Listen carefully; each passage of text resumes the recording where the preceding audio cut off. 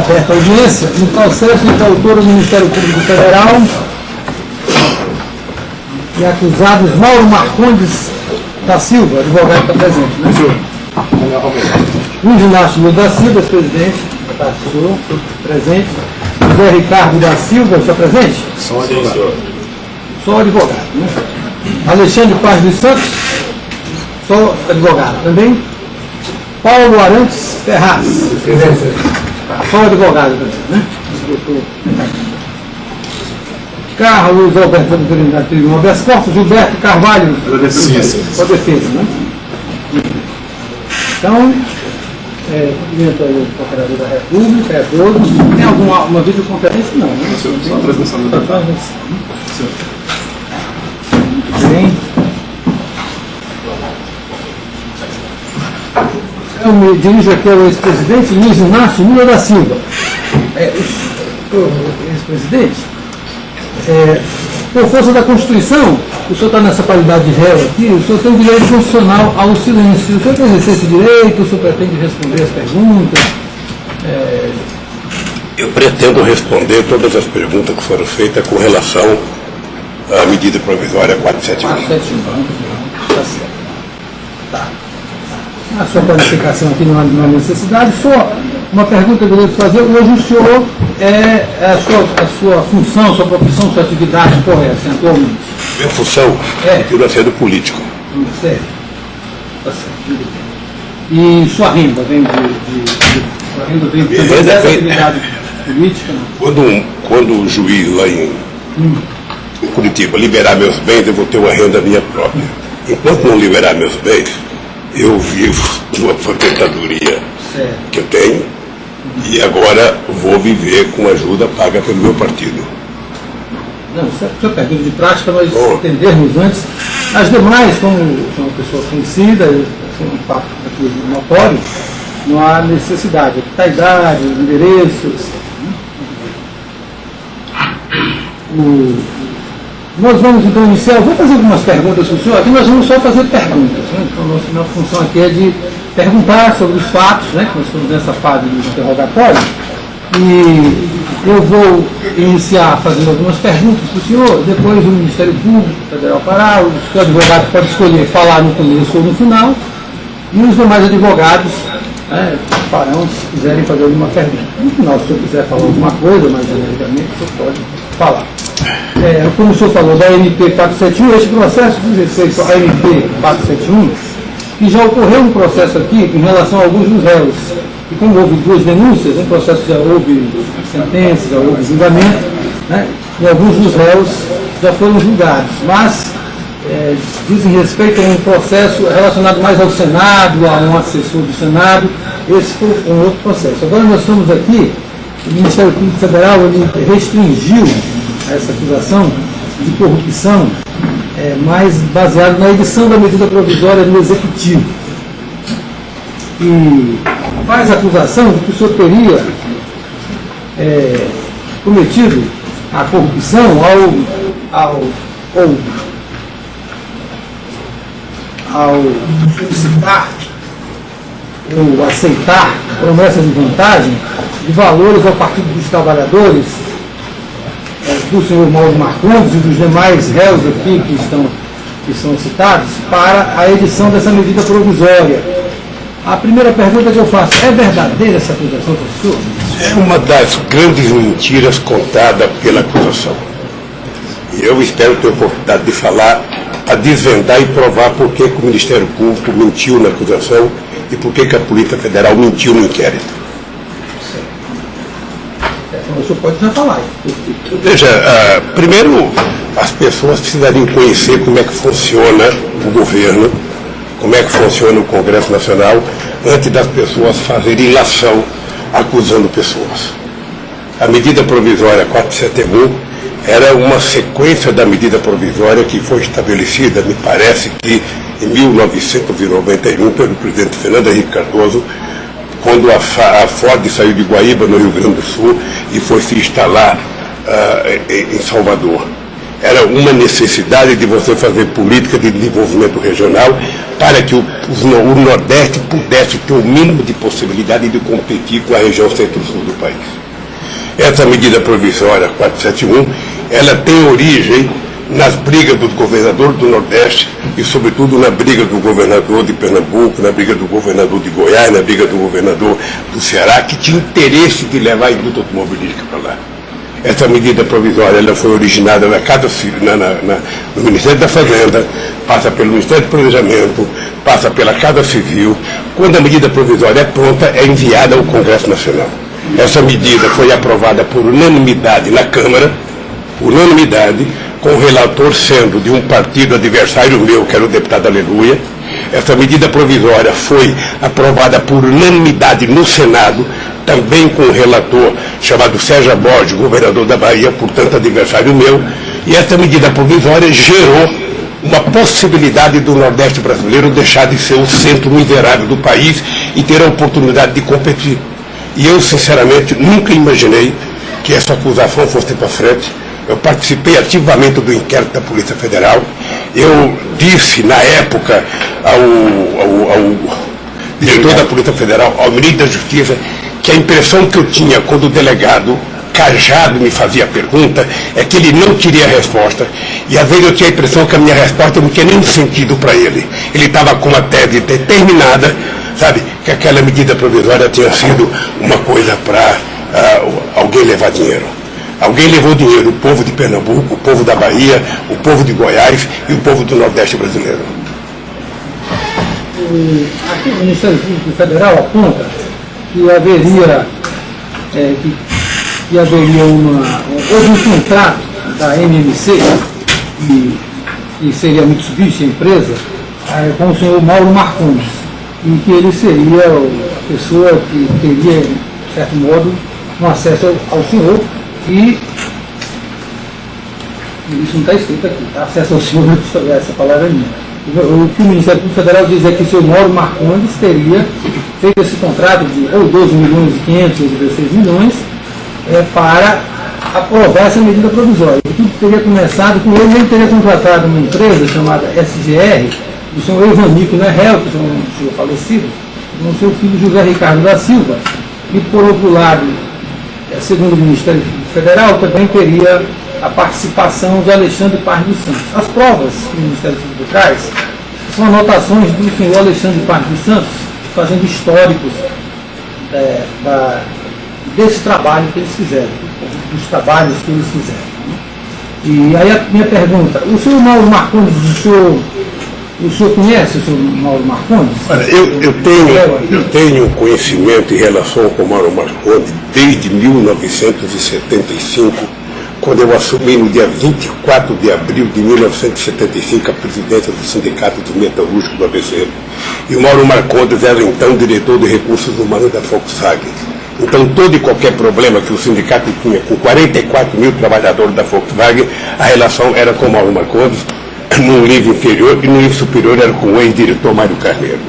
Depois do Mauro Marcondes foi trabalhar na Autolatina, depois do Mauro Marcondes foi para a Anfávia, e todas as vezes que eu estive no sindicato tinha muita relação com o Mauro Marcondes em negociação coletiva, seja acordo individual da Volkswagen, seja acordo coletivo do Sinfávia.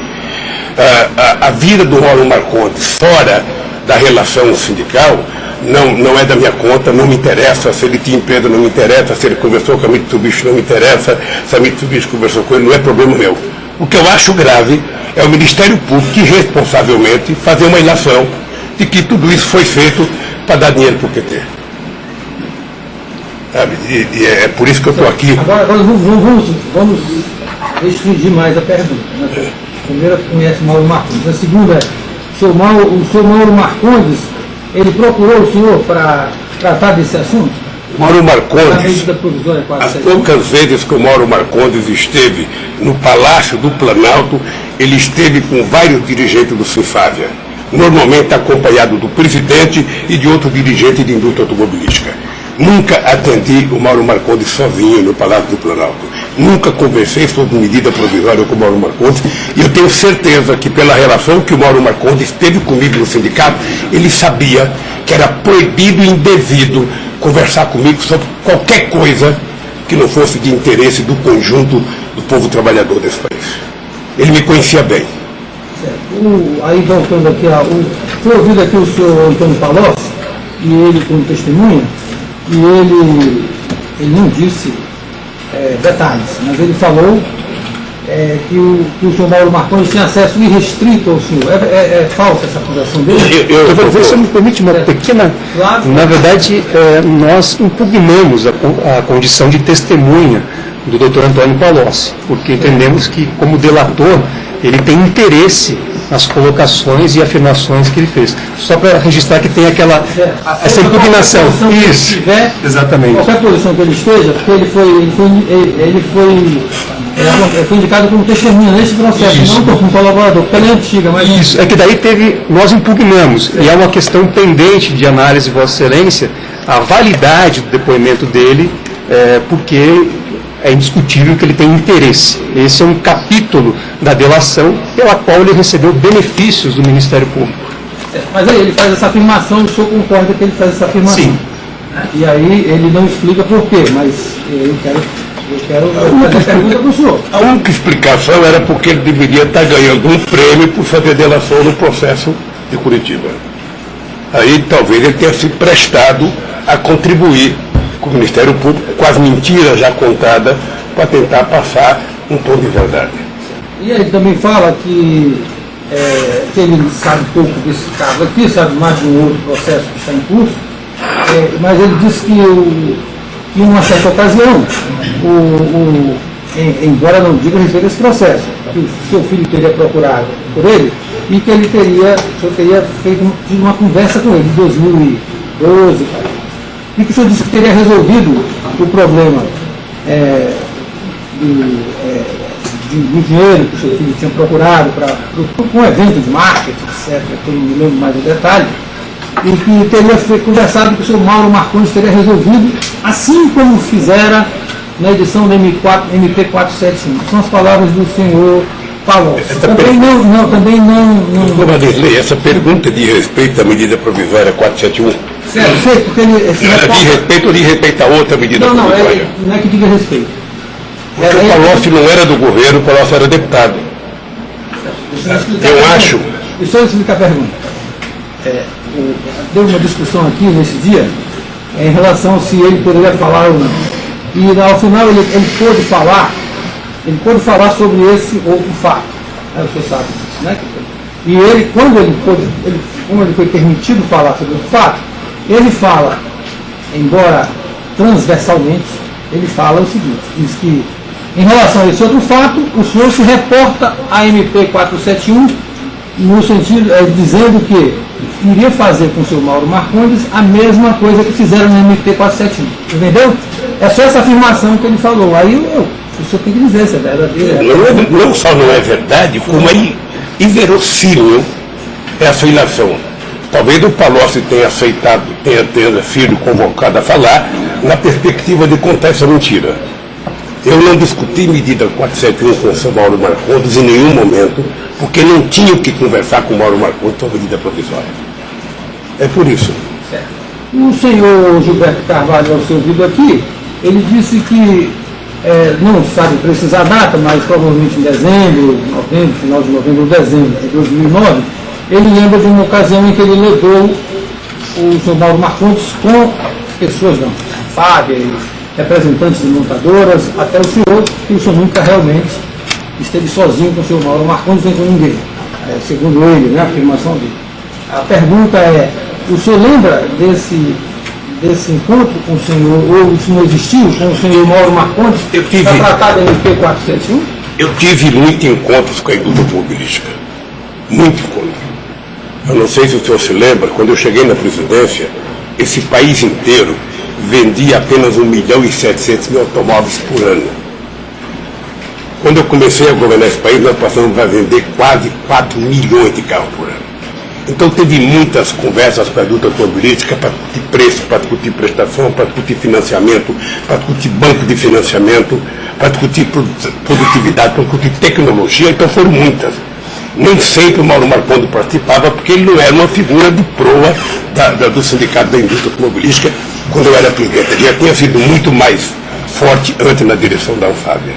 Mas eu conversei com muitos dirigentes, com todos os presidentes da indústria automobilística, com todos, sem distinção, e com o presidente da Anfávia. Não, mas a pergunta... Eu não sei se ele estava junto ou não. Não, a pergunta é se ele disse que levou o seu Mauro Marcondes com outras pessoas nesse final de 2009. Agora eu não tenho certeza se ele falou que ele foi exatamente para tratar da MP 471, mas que ele levou para tratar com o senhor. A minha pergunta é, o senhor lembra de ter sido recebido no final de dezembro de 2009, eu sei que já está muito tempo, para tratar desse assunto? O que eu estou falando, doutor Valdisney, eu posso ter recebido, porque eu recebi muitas vezes, mas muitas vezes mesmo. Agora, eu não discutia com a indústria automobilística ou com quem quer que seja a medida provisória. A medida provisória era discutida primeiro com os ministros que tinham interesse na área econômica de fazer a medida provisória, e depois a medida provisória chegava a mim, quando ela já tinha concluído todo o andamento dela, até chegar na presidência da República para ele assinar e mandar para a Câmara. O senhor não acompanhou essa daqui? O senhor não sabe o trâmite dela? Não. Rápido, eu imagino o trâmite, porque o presidente da República, ele não fica andando atrás do ministro.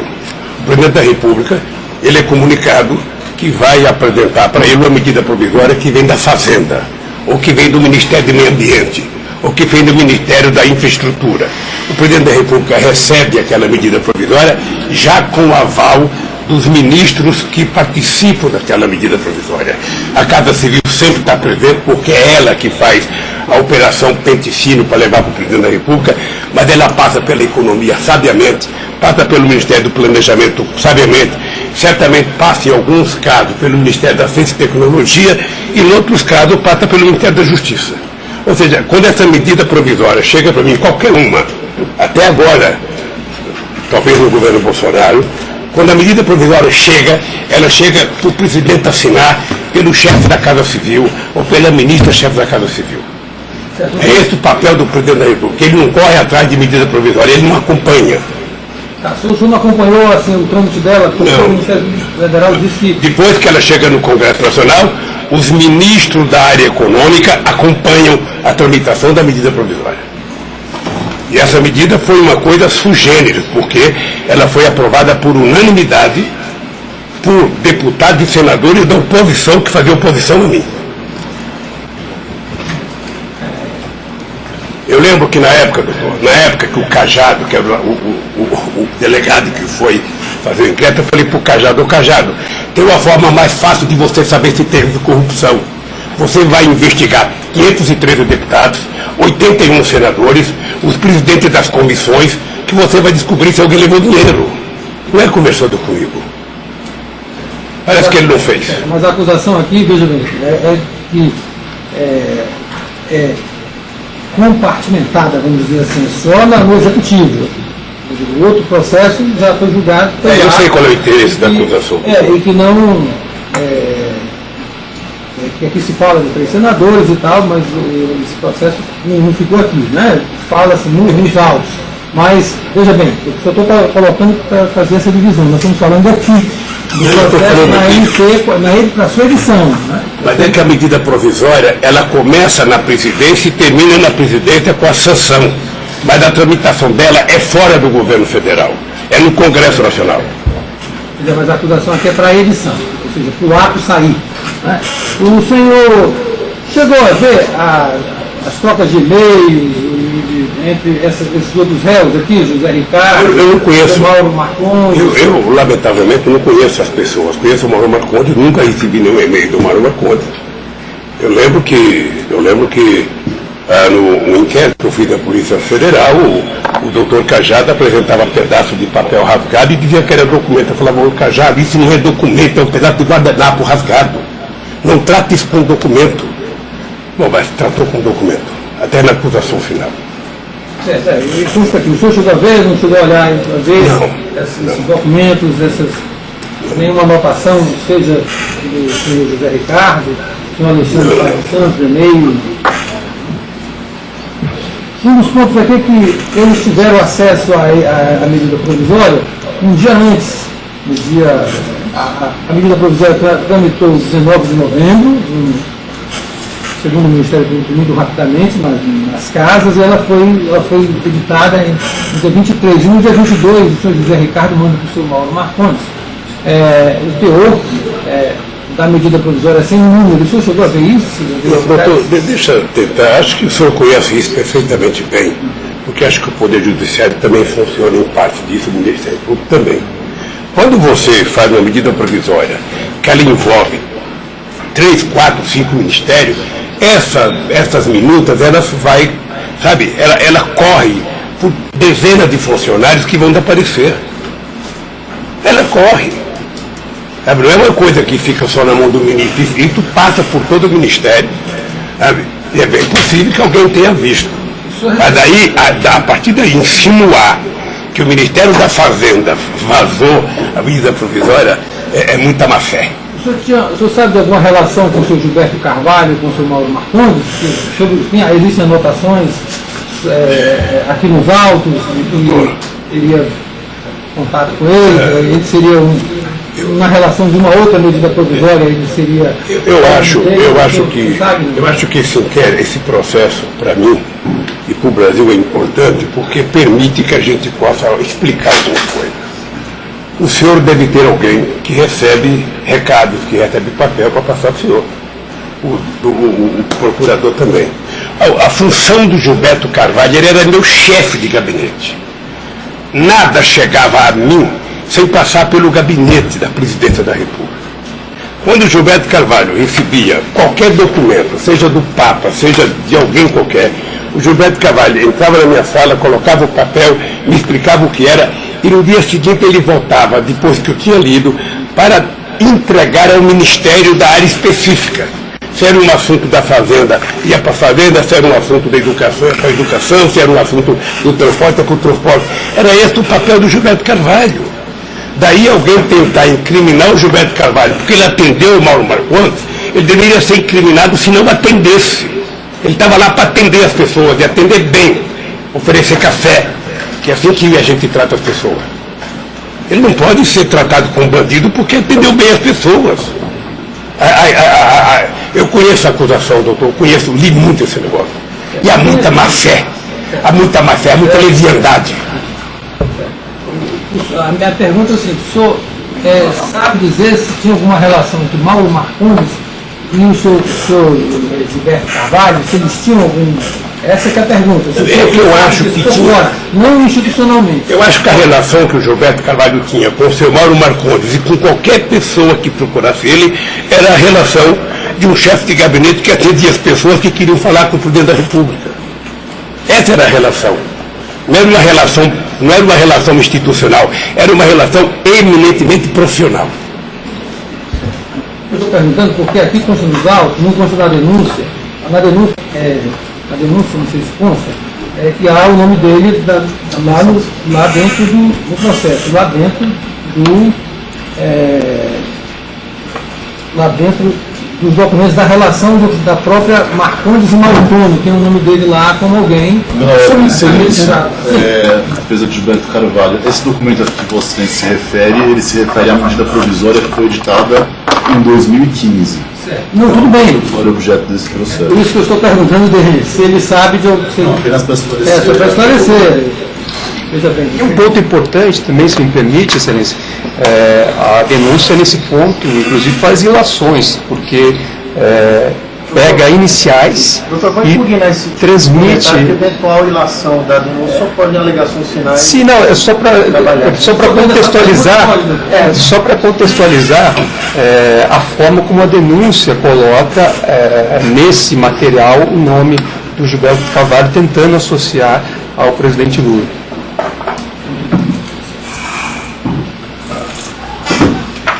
Bem, se eu tiver alguma dúvida ao final, eu farei para o senhor, presidente. Nós vamos agora ver as perguntas do Ministério Público Federal, dos advogados.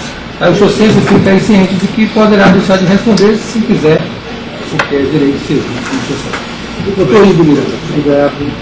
Ex-presidente, meu nome é Igor Miranda, sou procurador da República, representando o Ministério Público Federal nesse ato. Vou tomar a liberdade de chamar Vossa Excelência apenas como presidente ou senhor, para a gente evitar um maior formalismo. Eu tenho apenas algumas perguntas para esclarecer melhor os fatos. O senhor mencionou que participou ativamente da investigação. Eu vou fazer referência a um depoimento que o senhor prestou no dia 6 de janeiro de 2016. Esse que o senhor fez algumas menções. Acho que foi aqui em Brasília. Enfim, mas consta dos autos no ID 4032, 3476, as folhas 7, 8, 9, 10 e 11, até as folhas 12 desse documento dos autos eletrônicos.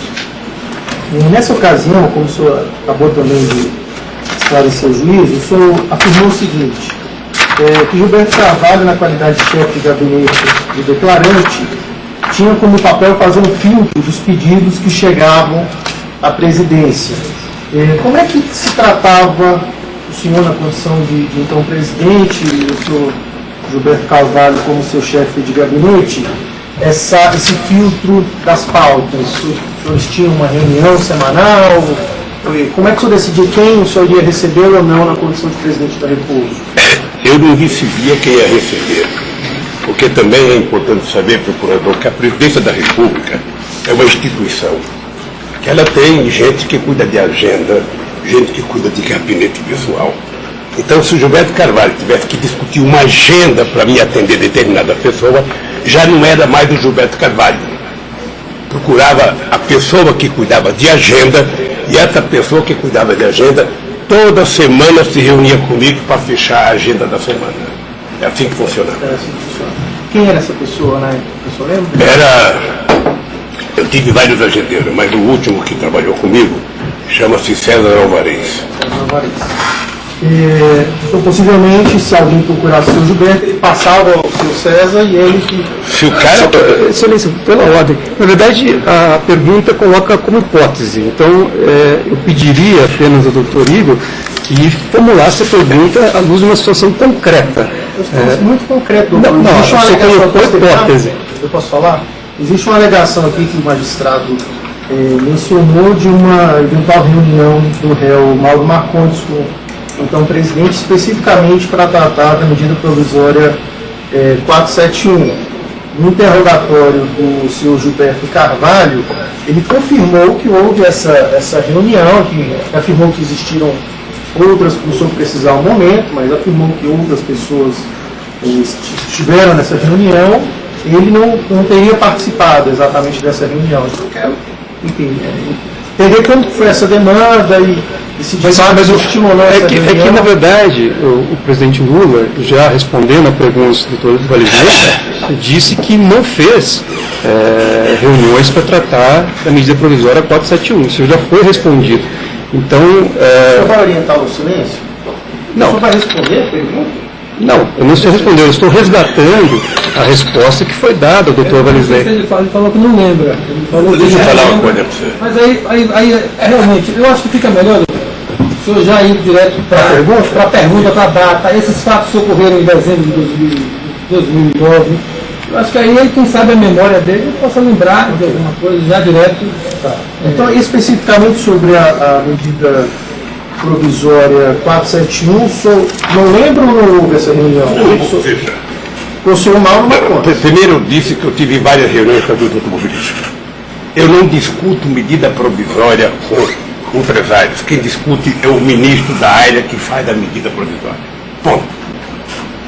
O Mauro Marcondes pode ter participado de alguma reunião comigo para discutir N coisas que nós discutíamos da indústria automobilística junto com outros empresários. Pode ter participado. Mas em conjunto com outros empresários, enfim, né? Ok.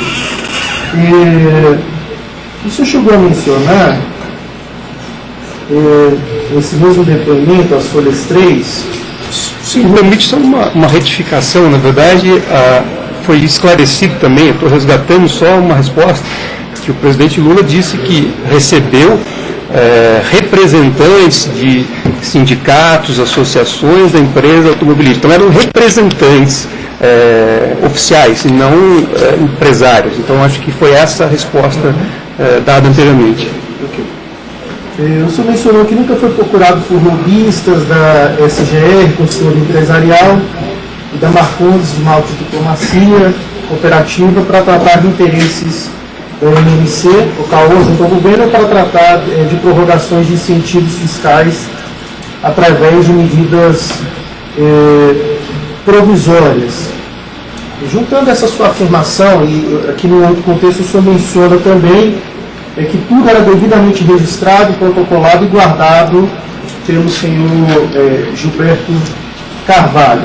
Essa reunião, o senhor não tem muita certeza se eventualmente participou o senhor Mauro Marcondes. Se existiu, teria algum registro, algum protocolo? Como é que era a dinâmica? O senhor pode esclarecer? Doutor Igor, vamos ser precisos. Pode ser. Porque não tem nada pior do que uma pergunta mal feita e a resposta pode ser mal feita, pior ainda. Deixa eu lhe dizer uma coisa, eu vou repetir aqui alto e bom tom.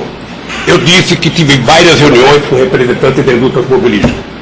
Disse que possivelmente o Mauro Marcondes tenha participado de várias reuniões.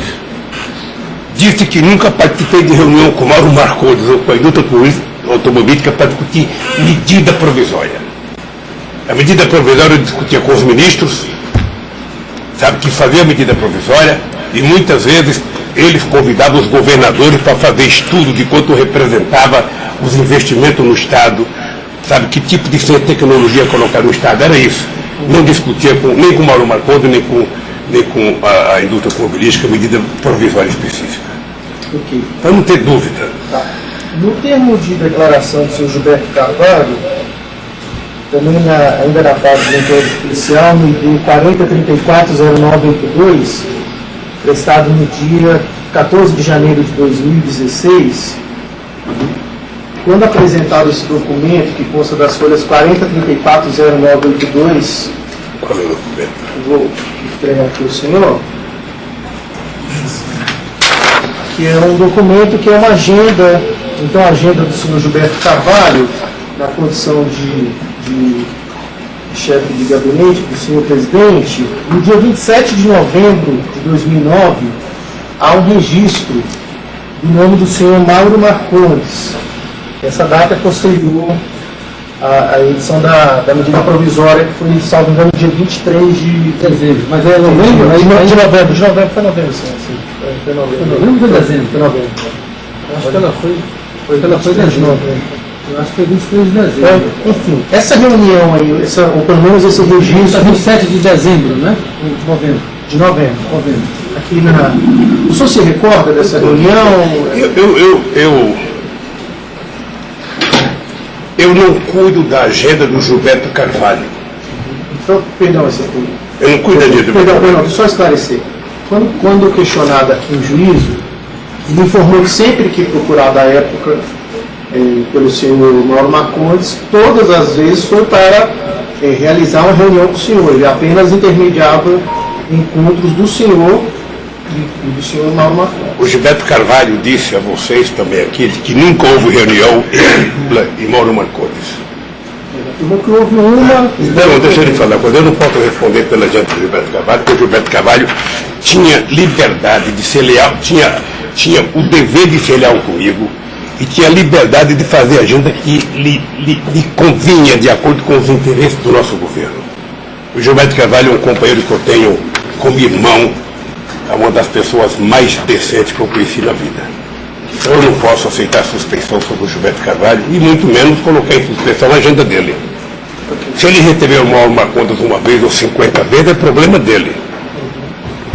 Só para esclarecer, ele falou aqui, no interrogatório, que ele recebeu e levou o senhor Mauro Marcondes. Só que ele não levou só. A minha pergunta foi, inclusive, o senhor estava só? Então ele falou, ele afirmou aqui que levou o senhor. Agora é a lembrança dele e a sua. Eu estou dizendo. Só porque o senhor disse que não recebeu. Eu certamente, aos 74 anos de idade, não tenho a memória do que o computador tem, o que a agenda do procurador tem. Eu não tenho papel escrito aqui. Eu só posso lhe dizer uma coisa. Eu nunca recebi o Mauro Marcondes sozinho, enquanto presidente da República, para discutir a medida provisória 471 ou qualquer outra medida provisória. Foi o que ele falou. Ele disse que o senhor recebeu, é isso que não,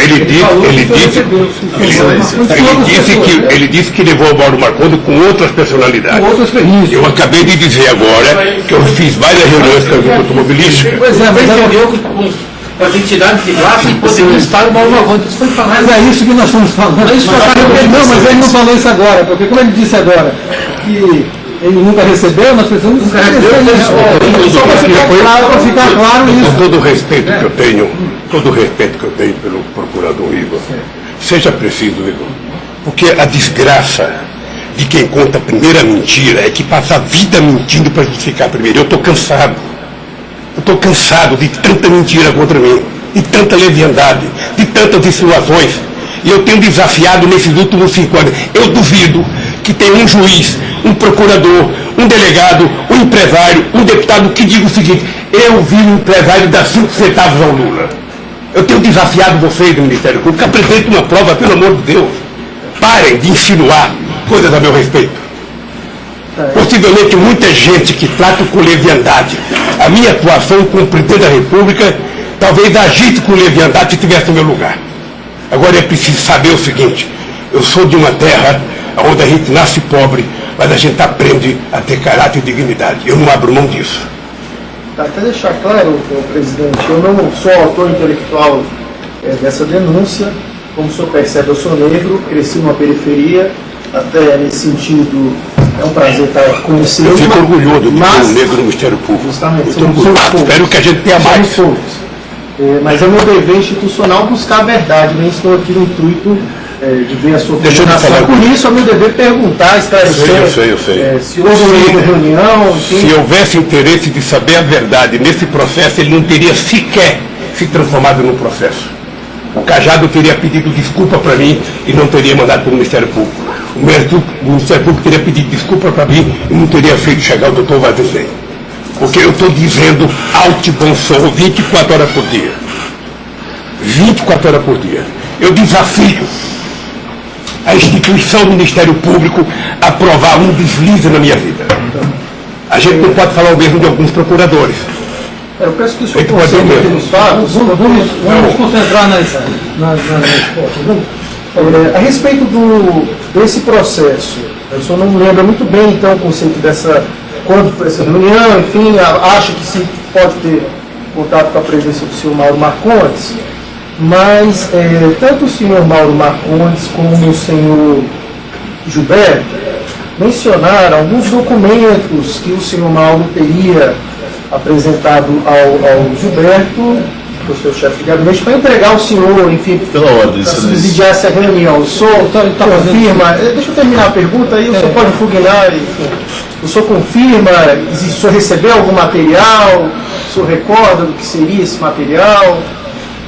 Excelência, nós temos um problema aqui que decorre do fato do interrogatório ter sido gravado, ter 1 hora ou mais tempo de discurso de respostas do interrogando, e se apresenta ao interrogando agora menções descontextualizadas, coisas que acha que foram ditas. Então eu peço por gentileza que, se for, ao menos no nome da defesa de Gilberto Carvalho, que se for referido alguma fala, alguma declaração de Gilberto Carvalho em seu interrogatório, que seja mostrado no vídeo do interrogatório.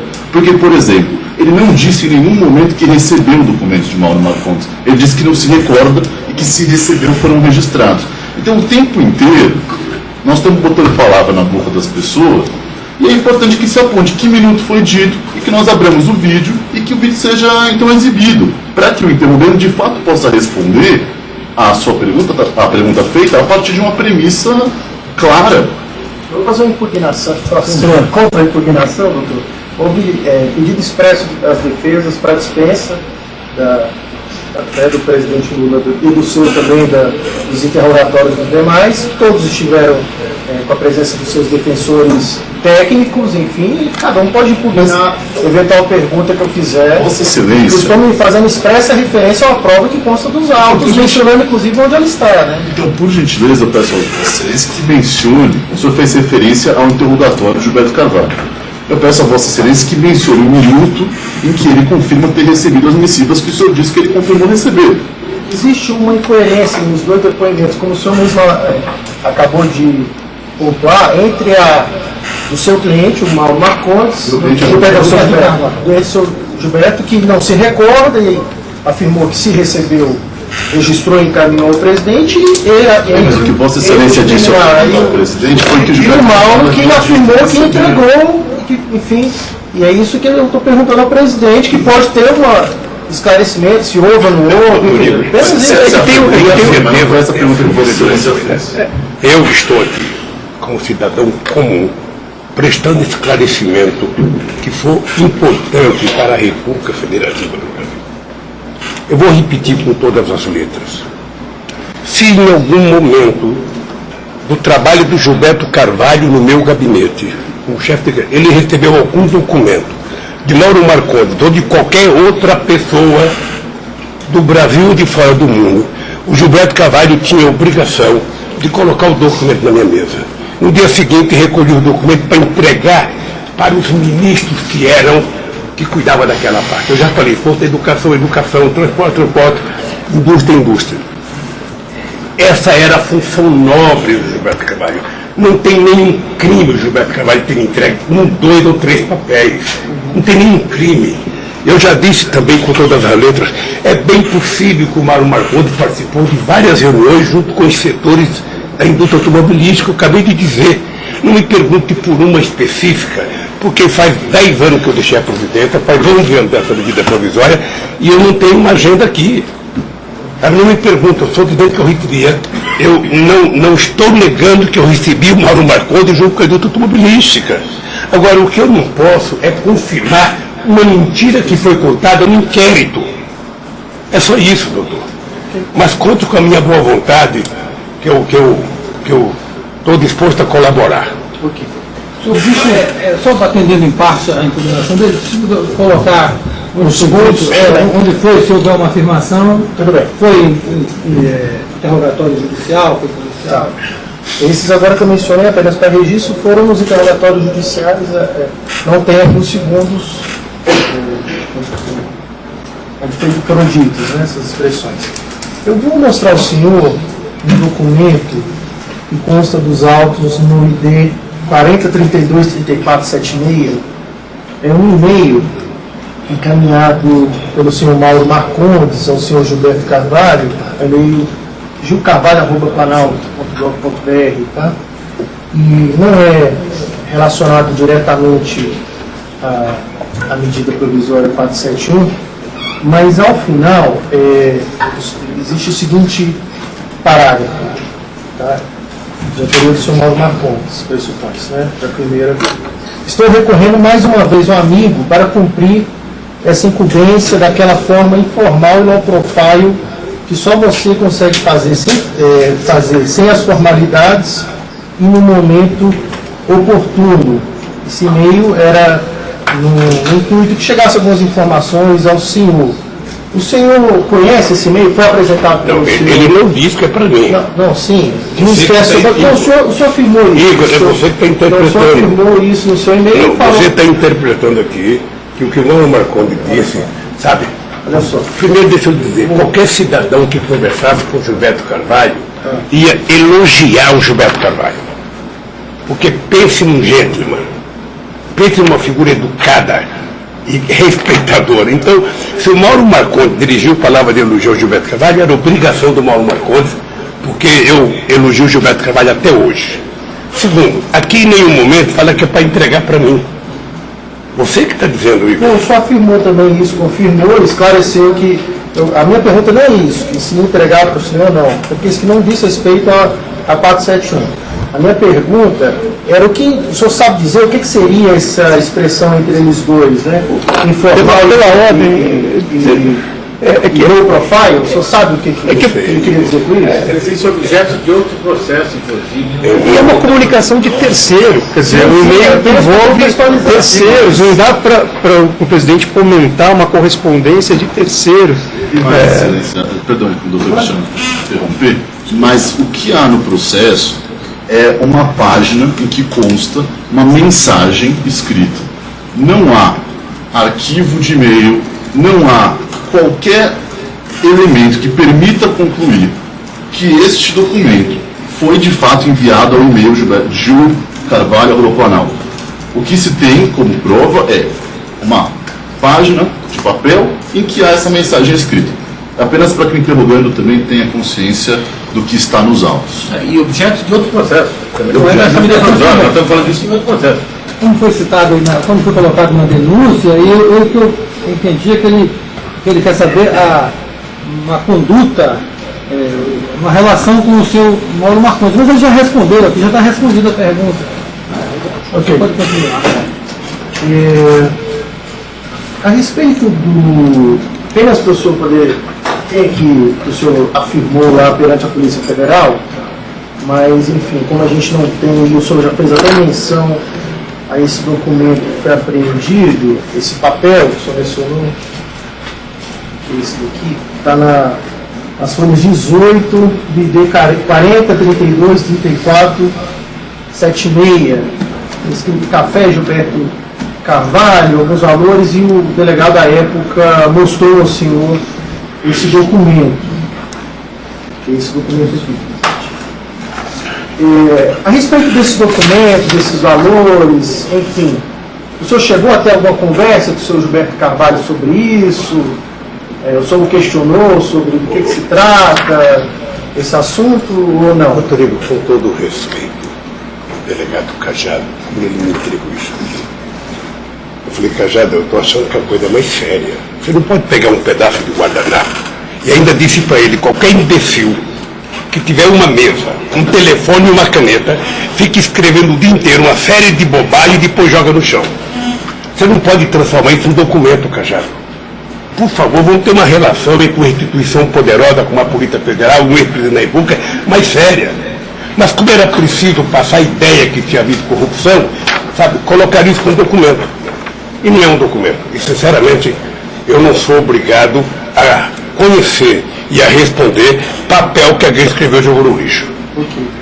A respeito da medida provisória 471, o senhor já mencionou que já existiu pleito de vários governadores à época, né, pela sua renovação, enfim, o senhor recebeu diversos representantes desse mercado, né?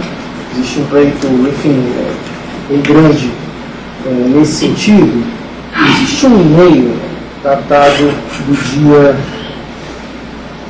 22 de 11 de 2009, esse e-mail, ele consta no e-mail 40, 32, 34, 76, as páginas 19, no dia 22 de 11, é um dia antes da edição da então medida provisória 471 de 2009, que foi publicado no Diário Oficial da União, no dia 23 de 11 de 2009. E esse e-mail, ele foi enviado pelo seu José Ricardo a algumas pessoas, ao senhor esposo do senhor Mauro Marcondes e algumas outras pessoas, com o conteúdo da medida, a redação da medida, que seria a redação então aprovada da medida provisória, ainda sem a numeração, e também com as razões que justificavam esse ato normativo. O senhor já até fez uma menção, enfim, que esse texto rodou em diversos locais ali, enfim, poderia... Difícil esse texto. Sim. Não foi uma redação da medida provisória. O senhor mencionou que rodou em diversos locais, poderia ter vazado de qualquer local. Mas há uma... Senhor presidente? Não, é que eu pediria, inclusive, a Vossa Excelência, e peço ao Dr. Valisney, assim, as perguntas, elas precisam ser objetivas. Porque se os considerandos forem maiores que as perguntas, isso atrapalha aqui o esclarecimento. Então, eu pediria a Vossa Excelência que fizesse a pergunta objetiva, sem considerandos, porque aí Vossa Excelência pode, eventualmente, incorrer em erros factuais, como já foi alertado aqui pelo colega advogado, e isso causa uma certa... O senhor está impugnando ou fazendo hipótese? Não, eu estou impugnando. Eu iniciei dizendo que eu estava impugnando e Vossa Excelência faça a pergunta direta, objetiva. Vou fazer a pergunta direta. Sem precisar da confirmação. Ele coloca no parágrafo, ele atribui a ele, o suposto modo da inclusão da medida provisória é a destinação de 10% para engenharia, pesquisa e desenvolvimento das empresas. E ele atribui que teria sido um lobby realizado por ele nesse sentido da inclusão desse dispositivo na medida provisória. O senhor se recorda como se deu, isso aqui eu vou apresentar o e-mail, se o senhor quiser ler o que ele disse, é claro que não foi o senhor não foi nem copiado no e-mail. O senhor sabe como se deu, o senhor se recorda como se deu a inclusão desses 10%, o senhor participava desse tipo de gestão de decisão para fundo? Me permita, presidente, eu vou fazer uma colocação, doutor Valisney, doutor Igor, que é o seguinte, tudo isso já foi respondido. Nós estamos agora, na verdade, voltando e tentando ver uma outra forma de fazer a pergunta. Então, o presidente já disse como eram discutidas as medidas provisórias, e isso, na verdade, está sendo repetitivo. Então, eu pediria, doutor Valisney, que nós pudéssemos realmente não repetir perguntas, porque senão é uma forma... Essa não foi repetida. A minha pergunta foi se ele sabia que foi um dia antes. A pergunta é outra. Sobre essas afirmações, se ele tem alguma coisa a dizer, porque essas são as provas que estão juntadas. Isso. Nós temos provas que até que ele respondeu que não são provas, mas vejam bem, são documentos aprendidos por os outros réus. Né? Podem ser documentos ou não, mas foram aprendidos no escritório da CGR, relatos, documentos, relatos, outra testemunha aqui, Gruzinski, agendas, etc. E isso no Ministério Público foi prova, pode não ser para a defesa, para ninguém, mas aqui. Então, diante disso, a minha pergunta foi uma. Agora, realmente o senhor tem razão, se o doutor Igor pudesse ser direto logo, e eu acho que ele foi agora. O senhor tem conhecimento disso, sabe disso? Pronto, aí eles respondem rapidamente. Exatamente. Porque, só para fazer um esclarecimento a Vossa Excelência, também ao doutor Igor, o presidente, me parece, já fez uma explanação sobre como eram editadas as medidas provisórias, toda a tramitação.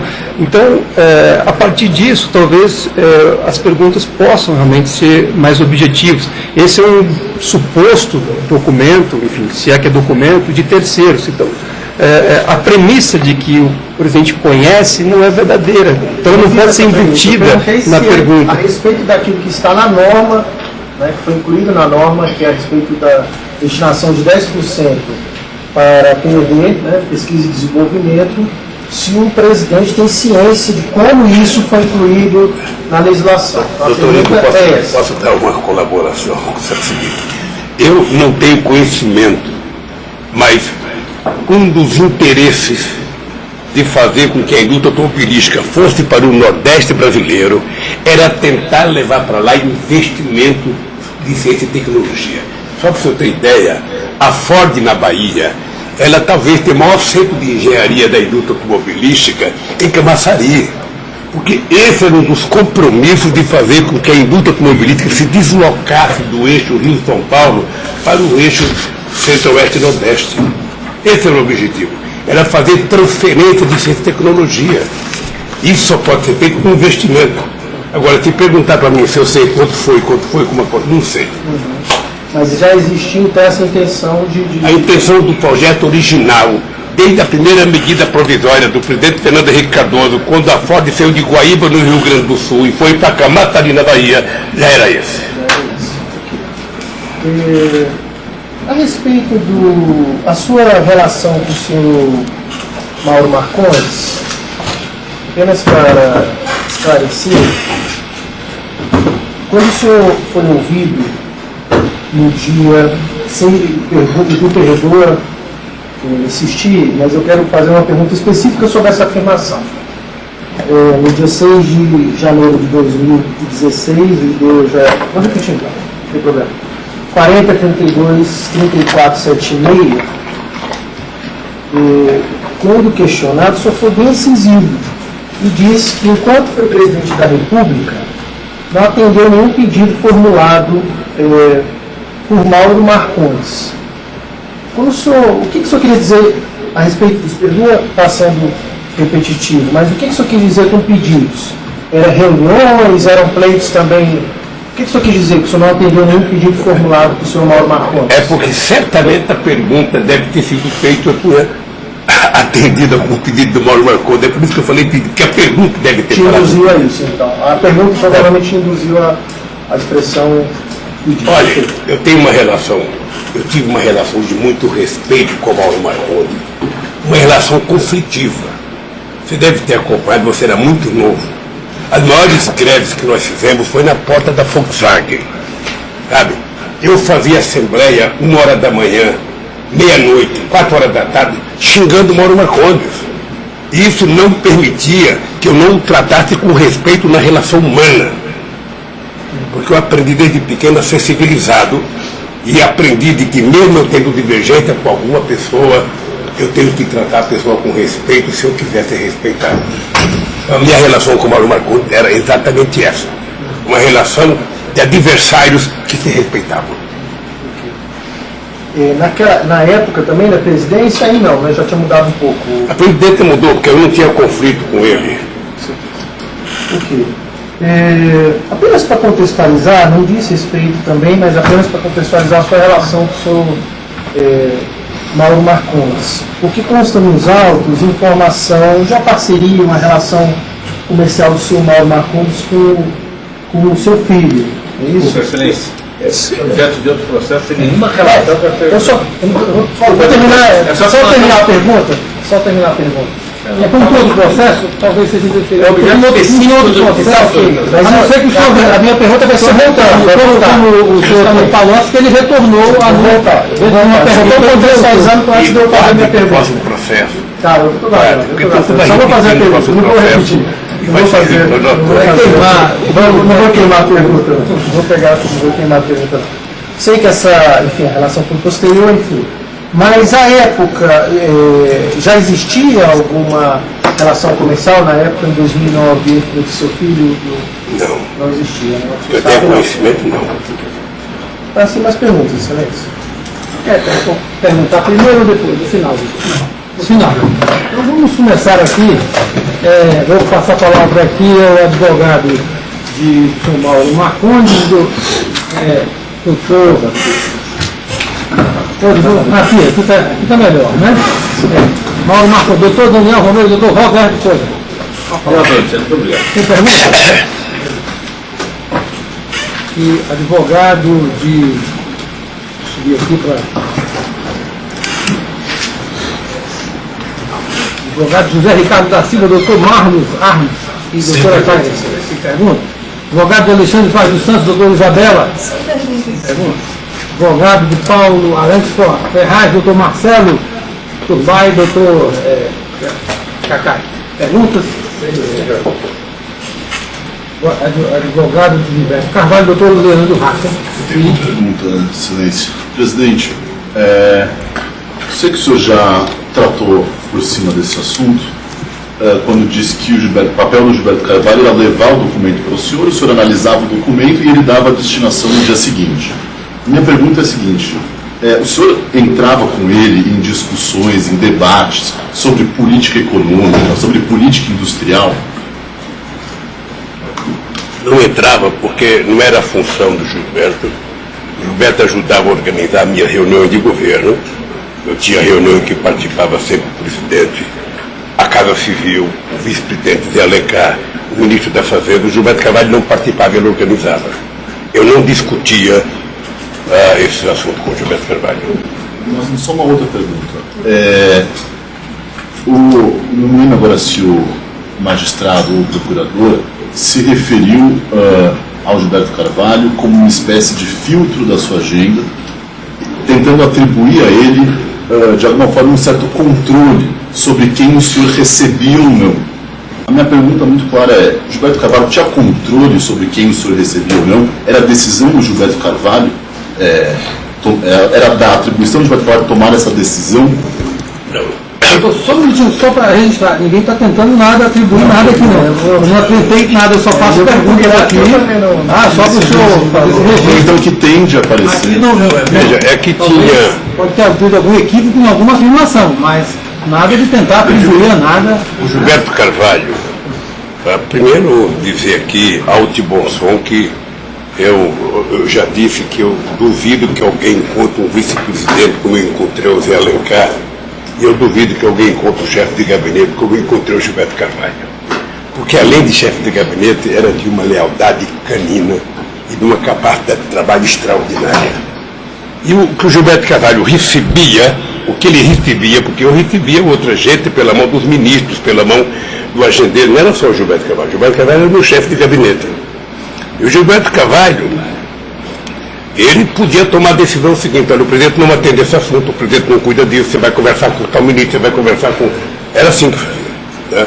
Então eu fui muito feliz e não sabia que o Gilberto Carvalho era o meu chefe de gabinete. Estou satisfeito, excelência. Obrigado, presidente. O Cristiano Zanin, pode fazer as perguntas. Pois não, doutor Valisney. Presidente, o senhor respondeu aqui a todas as perguntas do meritíssimo juiz, doutor Valisney, do doutor Igor, procurador da República, mas esse processo trata fundamentalmente de uma acusação que nós impugnamos, existe a defesa apresentada aqui nos autos, que a medida provisória 471 de 2009 teria gerado uma contrapartida para o Partido dos Trabalhadores. Essa afirmação do Ministério Público tem algum fundamento ou ela é mentirosa? Ela é totalmente mentirosa. Primeiro, porque o Gilberto Carvalho nunca tratou de finanças do PT. Segundo, porque eu nunca tratei, em todas as campanhas que eu participei, olha, se tem um cidadão com experiência em campanha, sou eu. Né? Perder tem essas vantagens, faz a gente concorrer muitas vezes. Nunca eu tratei, e muito menos o Gilberto Carvalho. Então é uma ilação totalmente mentirosa e que eu repudio, sabe, qualquer tentativa de jogar em cima do Gilberto Carvalho ou de mim qualquer ação ilícita com relação a dinheiro, a campanha e ao PT. Era essa a pergunta, só, doutor Valisney, agradeço a Vossa Excelência. Eu só vou fazer a última pergunta, depois falando nessa pergunta, e a afirmação aqui do Ministério Público, que o valor de 4 milhões citado nesse e-mail, justamente o valor acertado inicialmente com o valor da propina a ser paga na forma de contribuição ao Partido dos Trabalhadores. O senhor sabe dizer, não era sua atribuição, nem do senhor Gilberto Carvalho, fazer essa arrecadação de campanha? Era terminantemente proibido qualquer discussão de dinheiro próximo da presidência da República. Numa campanha política você tem um tesoureiro que não é nem um tesoureiro do partido, é um tesoureiro constituído só para a campanha política, que é registrado e que presta contas e que tem o nome na Justiça Eleitoral. Então, a arrecadação no final de 2009, em novembro de 2009... Não existe possibilidade. Era feita a arrecadação do partido... Essa é uma mentira com M maiúsculo. Essa é uma mentira com M maiúsculo. Doutor Valisney, se o senhor permitir, eu queria fazer algumas considerações. Eu, às vezes, pareço que estou nervoso, mas não sou nervoso, não. Sou muito calmo e respeito muito a justiça, acredito na justiça. E queria dizer uma coisa. Eu sei a quantidade de processos que tentam me envolver. E eu tenho fé em Deus que eu vou viver até provar que todos os processos contra mim é uma construção de uma mentira para tentar destruir o melhor período de governança que o Brasil teve. O maior período de inclusão social que esse país teve. O maior período de inclusão de jovens na universidade, de negros, de índios, de mulheres. O maior período de geração de empregos da história do Brasil. Enquanto com a crise de 2008, a Europa rica e os Estados Unidos desempregaram 100 milhões de pessoas, nesse país governado pelo PT, nós geramos 20 milhões de empregos formais com carteira assinada. Só para você ter ideia, foi no nosso período em que nós conseguimos disponibilizar para a reforma agrária 51% de todas as terras disponibilizadas em 500 anos nesse país. Foi no nosso período de governo que pobre começou a viajar de avião, que pobre começou para Miami, para Bariloche, que um cara do Piauí que morava em São Paulo começou para Teresina de avião. E talvez isso incomode muita gente, explica o ódio de um determinado setor médio da sociedade brasileira que se insurgiu contra o Lula. Só pode ser por isso. Quando eu fui prestar o primeiro depoimento meu com o doutor Moro, eu falei, doutor Moro, pelo andar da carruagem, o senhor está condenado a me condenar. Porque a mentira já foi longe demais. Não tem uma rota de fuga. Não tem como sair dessa mentira. Ou seja, porque, na verdade, uma parcela, eu posso dizer que eu sou vítima de uma parcela do Ministério Público, uma parcela da Polícia Federal, e todo mundo sabe que eu respeito as instituições como jamais. Eu duvido que o Ministério Público, em algum momento da história, foi tratado com respeito que foi tratado no meu governo. E duvido que a Polícia Federal tenha sido tratada com respeito que foi tratada no meu governo. Entretanto, muitas vezes, as acusações contra mim aparecem meia hora no Jornal Nacional antes de um advogado receber. Depois de lerem todos os documentos do delegado do Ministério Público, a Globo diz o seguinte: o delegado disse que não é verdade. A defesa diz que não é verdade. Sabe quanto tempo, doutor? 5 anos. Eu tenho 220 horas de notícias do Jornal Nacional mentirosas contra mim. Eu tenho milhares de páginas de jornal contra mim. Eu tenho 120 capas de revista Verde, isto é, época contra mim. Além do SBT, além da Record, além da Bandeirante. Tudo mentiras, dita por procuradores e dita por delegados. E veja que eu não culpo a instituição. Eu culpo determinadas pessoas. Pois bem, eu fui condenado. Eu fiquei chocado, porque eu fui condenado por um crime indeterminado, ou seja, o Moro não sabia que crime que eu cometi. Então vai para o fato indeterminado mesmo. Então, quando a gente fica num país em que você não precisa de prova para condenar ninguém, você cria a lei do domínio do fato, ou você cria o fato indeterminado, esse país vai perdendo as raízes de fortalecer a democracia. É por isso que eu resolvi brigar nos meus processos. Enquanto eu tiver força, eu vou provar que vale a pena ter instituições fortes. Mas cada instituição, por mais forte que ela seja, as pessoas que dela fazem parte têm que ser mais honradas, têm que ter mais caráter, têm que ter dignidade. Não pode levantar falsidade e tentar condenar as pessoas pelos meios de comunicação. Amedrontando nesse país pessoas que julgam, amedrontando, ameaçando passeata, ameaçando dar os nomes. É uma coisa que eu jamais imaginei ver na vida. E veja que eu indiquei o Cláudio Fontana como procurador, eu não o conhecia. Eu indiquei o Antônio Fernando, que eu não conhecia. Reindiquei ele outra vez, mesmo na época da acusação do Calócio. Indiquei o Rangel, sem conhecer ele. A Dilma reindicou ele, sabe? Na expectativa de que a gente tivesse instituições muito sólidas, que fizesse desse país uma democracia de verdade. Uma democracia com direito de ir e vir. Uma democracia em que as pessoas não gritassem apenas que podem estar com fome, mas comessem. Que não gritassem que quisesse estudar, que estudasse. Esse país eu sonho e vou tentar construí-lo. Eu brinco, doutor, que eu tenho 74 anos, vou viver até 120 anos. Digo que tem energia de 30, que é para assustar a morte. Mas o que eu quero, na verdade, é provar que vale a pena nesse país a gente acreditar na justiça e acreditar na democracia. Eu, sinceramente, eu fico triste quando eu vejo o Ministério Público. Eu tive 83 testemunhas em Curitiba. O principal agente do Ministério Público, eu adorava tê-lo na minha frente, que era o Dallagnol, não compareceu em nenhuma.